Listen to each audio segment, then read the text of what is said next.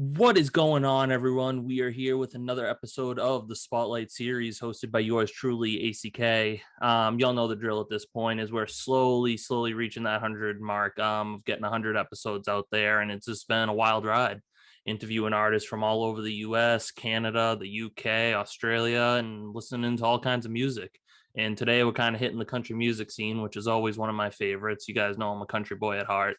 But today I got Cody Bolden here. Cody, how are you, man? I'm doing good. How you doing? And not too bad. I know I was just saying a minute ago before we started this whole thing, but always just appreciate artists taking time out of their day to sit here and talk about their story through music. Because at the end of the day, that's what it's all about your story, what you're doing in the music business, and just kind of the behind the scenes on how things kind of come about for you. Yeah. Thanks for having me.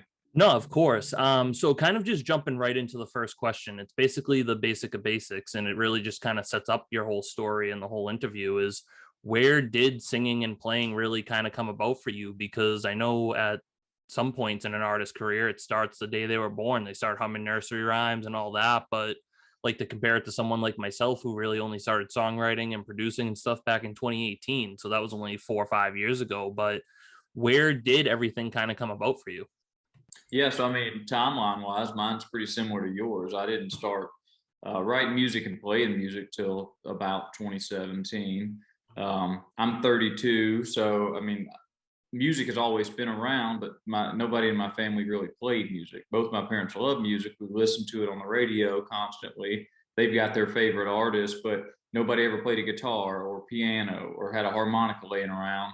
Um, but it's something I always had interest in. I always loved going to a bar or somebody would just be playing acoustic by themselves. I had a lot of interest in that, just the idea of like, somebody's voice and an instrument can make this thing happen, so I'd always wanted to learn to play guitar, and after me saying that enough times, my wife just bought me a guitar and she bought me lessons, and that kicked it off.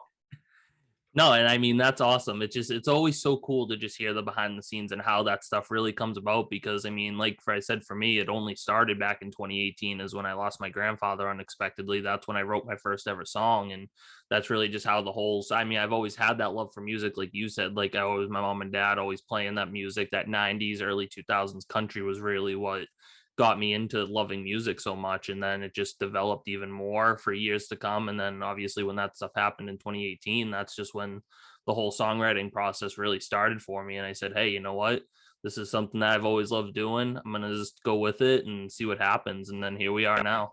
Right. So getting into the second question is always talking about inspirations. I mean, I kind of just mentioned the 90s, early 2000s. I mean, I can say Garth Brooks, Travis Tritt, George Strait. I mean, I could list a million different artists and be here for 2 hours talking to you about them. Right.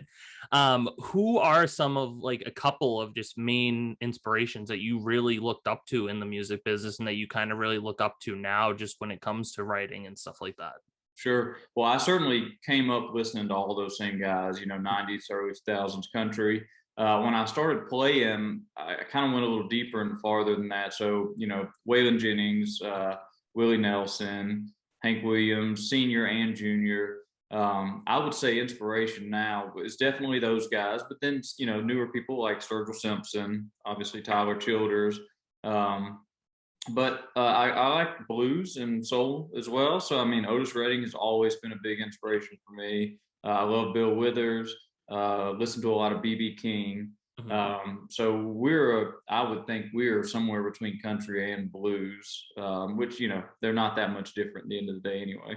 No, exactly. And I mean, just listening to a lot of your music kind of before we did this interview today, I was listening to a bunch of your songs. I was listening to from the very first album to your latest release. So I was Yeah, listening to all kinds of stuff, but it's just you can really see what you have, like what you have to offer is just your vocals, and the storytelling aspect that you have is just so cool.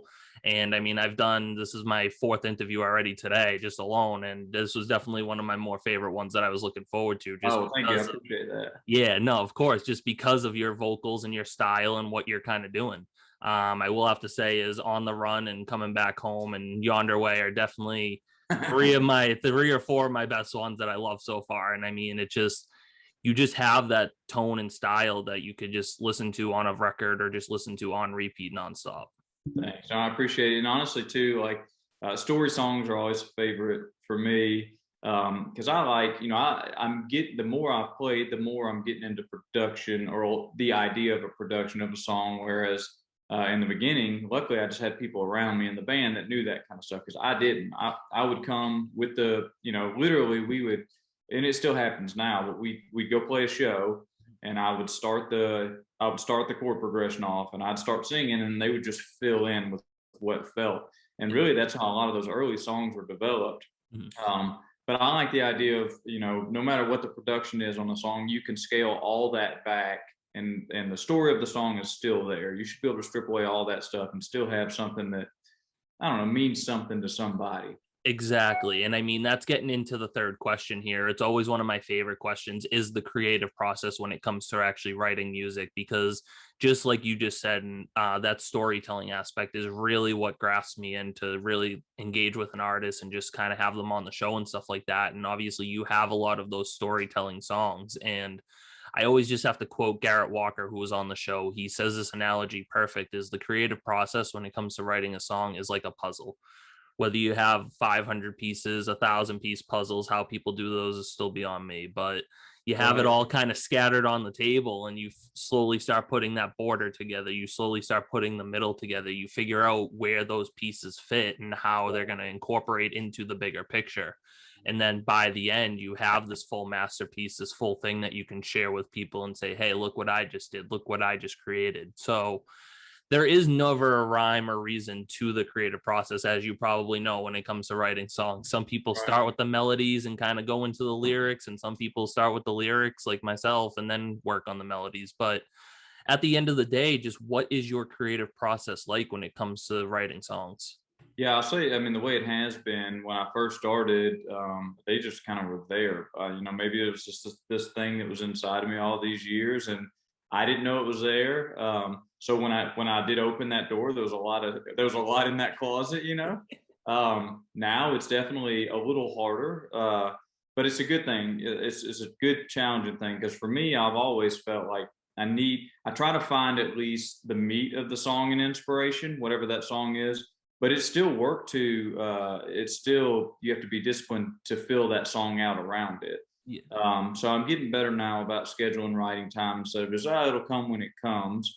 Because to do it seriously and do it professionally, you got to treat it like a profession. Exactly. But I'm the same way. I try not to just pull a song out of thin air. That's never been the case for me.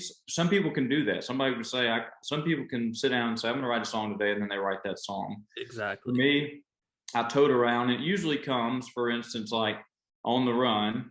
On the Run came to mind, and I just, when I did it, the melody of that song. So that little piece of the song, which usually ends up being the title, is kind of where I start. Yeah. And for me, I don't necessarily have the border of the puzzle before I have some of the middle of the puzzle. So I don't know when I start the song where it's going to end. It just kind of goes. I write it to where it goes. Sometimes I do. Sometimes I know I want it to. Coming back home, I knew how I wanted that song to end. And I had the beginning, so I just had to fill in the middle. Yeah. But for the most part, I try to kind of fill it out as I go along, that's a fun part of the creative process for me, is because I don't have this predetermined set of this is already this song. They kind of let it figure itself out. Exactly. And that's always a really cool thing to kind of bring up, is just because that's what I do a lot of times, is just like you have that one phrase or that like one line, and then from there it can just take off and go in a million different directions. And it's just so cool to kind of really just have that open highway, for example, just to, you have all the lanes open and you can just go anywhere with it. So kind of getting into the fourth question here is always the hardest question that I do ask on the show. And that's why I always say, thank God I'm the one asking the questions and not answering them, because this is a difficult question. But there are so many artists out there nowadays just trying to get their names out on Instagram, TikTok, Spotify, Apple Music, all that fun stuff. And there's a lot of platforms that do help artists just create more exposure and get more of a fan base.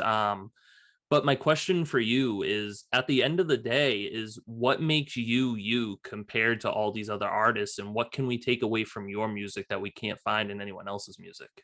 Sure. I mean, people are different, and I think anybody trying to be like anybody else is only putting a hurt on themselves. you're unique, I'm unique. So what I've kind of found is, you go kind of through this wave when you first start, or at least for me, when I first started writing songs and playing songs, they were super unique. They were because really I was only what my ability was. I wasn't really imitating anything else. I was just playing what naturally happened. And I go through this wave of all of this stuff that's super unique into almost like imitating a lot of other people. So I found that middle ground.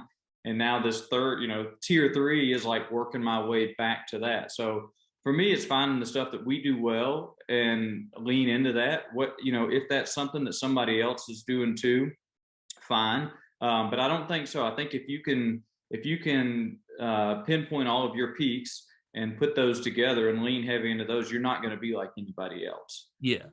So that's all. I think when you start trying to be something that you're not, I don't know, you just see through that. Yeah, no, exactly. No, and I totally get that. But I mean, it's just with your style and the way that you're kind of doing things from like your first EP to your latest release is just I could put you in a playlist with a million different other artists that all kind of sound similar and all that. But at the end of the day, it's when your song comes on, it's like, hey, I know that's Cody Bolden. Like, I know who that guy is. That guy's a hell of a songwriter. And I mean, it's just, you have so many cool songs out. You have a lot out. And I mean, I'm just excited to see what else really kind of comes for you, man. Yeah, and it's neat because what I think is pretty cool about some of the guys that I follow, Sturgill Simpson, for instance, and a lot of them get shit for it, but they're doing what they want to do Exactly. in the way they feel right there. And you're only going to get the best of somebody if they're producing what they think is the best of them, and you could, I could write a million of coming back home songs that sound just like that, but that's not the way I feel all the time, Exactly. and so I think everybody has this opportunity to really open up what they want to do. And you do get slack for it because somebody finds out who you are and they like you because of this one thing. They only know you in this one box, but really, the box is a lot bigger, but they only know this of you. And when you do something different, they're like, oh, that's not the Cody Bolden I knew. Cody Bolden I knew only like sang country and western songs. Yeah. So it's a tough line to toe, but I like the idea. Now we're kind of in an age where people are pushing back and saying, no, this I didn't feel like I felt like a blues album or I felt like a bluegrass album, so that's what I put out. Yeah.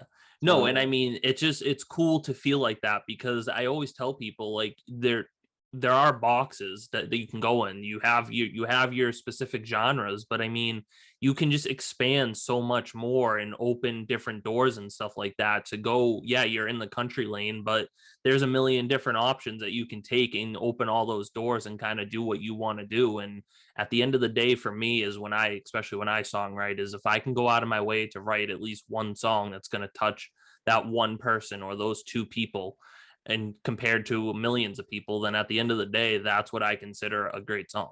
yeah, yeah, and I agree. And to that point of leaning into, everybody shouldn't try and be everything because everybody is not everything. You're what you are, but it can appeal to a lot. At the end of the day, we're a country band. That's how I introduced us. That's what I think we are. But it is neat to have the option to kind of mix things up because that's fun for me. Yeah, exactly. And I mean, my next question for you is kind of really looking towards the future. And this is kind of what I'm excited for, is because you have so many cool songs out right now. You have that EP, you have the album, and you have a couple of singles out. But what are some of your short-term and long-term goals, and just what else can we expect down the road from you? Yeah, I mean, short term for me is, we're still kind of building our own following. So I'm just north of Atlanta. I'm up in Canton, Georgia. So we play around our region a lot, and in North Carolina and Alabama and Florida some. But short term for me is trying to get on support gigs for somebody else that's already doing a tour and leg, because we just don't have that fan base yet. So that's it for me, to get out and tour and just play. I mean, literally, we just want to play music. Doesn't matter if there's 5 people there or 500 people there. We want to get out and play. I've got the songs ready for a next album. I'm hoping that's this coming year. Also, this thing, and albums cost money. It's expensive to record. Exactly. We don't have a label backing us up saying, "Hey, go cut this album. Here's $25,000." Yeah. So they're there, and continue writing. We're developing as well. Like when we first started, I only played acoustic guitar, and I thought, oh, that's all I would ever play. And now I found, based on money too, and bar gigs, that as a three-piece playing lead electric, you can pack more sound in, and you can make a bigger impact. Yeah. So I've been playing electric guitar, so that's kind of like shaped the way some of the songs are going. So I don't know. I don't know what way this next album will go. We've got some southern rockish stuff. We've got some ballads. We've got some acoustic songs.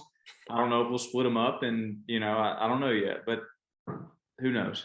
Yeah, no, exactly, man. But I mean, like I've said over this whole interview, is I'm a huge fan of yours. I mean, I love all the music that you have, and I will definitely be listening for years to come. And obviously over the next few months and stuff like that, I just can't wait to see what else happens for you, man, because I think you have what it takes to really be that really cool singer, songwriter, and I could totally see you on tour. And if you're ever up here in Boston or whatever, I will 100% be in that front row listening. No, man, I appreciate it. Really, that's it. Short term is get out and play. Long term is get out and play. Absolutely. There is nothing wrong with that. So that's kind of all the questions I have for you today, that I was throwing at you. And now for the good part is always hear a song from you. Yeah. We're gonna listen to this is your latest release, correct? It is, yeah. We cut this one middle part of this year, right up here close to where I live, with all the guys in the band. Don't Ride Your Bike is like a couple of my songs. This is a true story. All I had to do was put music to it. This is as the record shows, this is my dad's story, but I was the one telling it. So No, absolutely. So kind of without further ado, Don't Ride Your Bike by Cody Bolden. This is what we're gonna take a listen to.